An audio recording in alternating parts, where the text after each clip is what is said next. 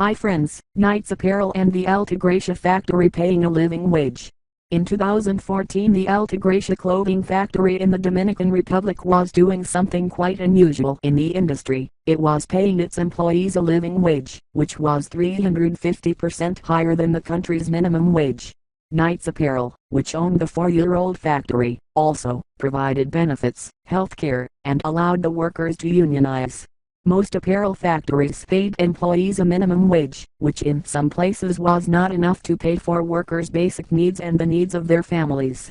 Knights Apparel founder and CEO Joe Bozich, the driving force behind Alta Gracia, came to this decision from both business and personal motivations.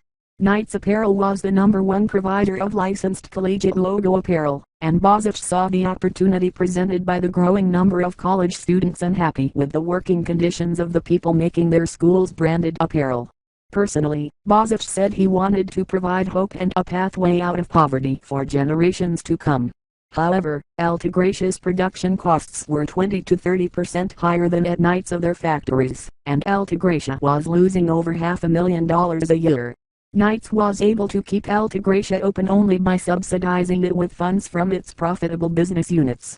Knights was a private company, but Bozich was still accountable to his board and the company's large multi-billion-dollar institutional investors.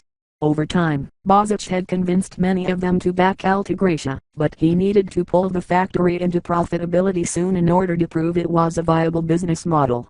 If Alta Gracia was successful, Knights would have to decide if it should be expanded.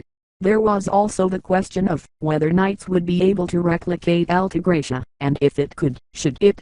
Other companies had tried and failed to offer a living wage and become profitable. Would Knights be different?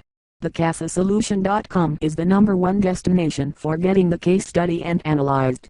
Thanks for watching this video.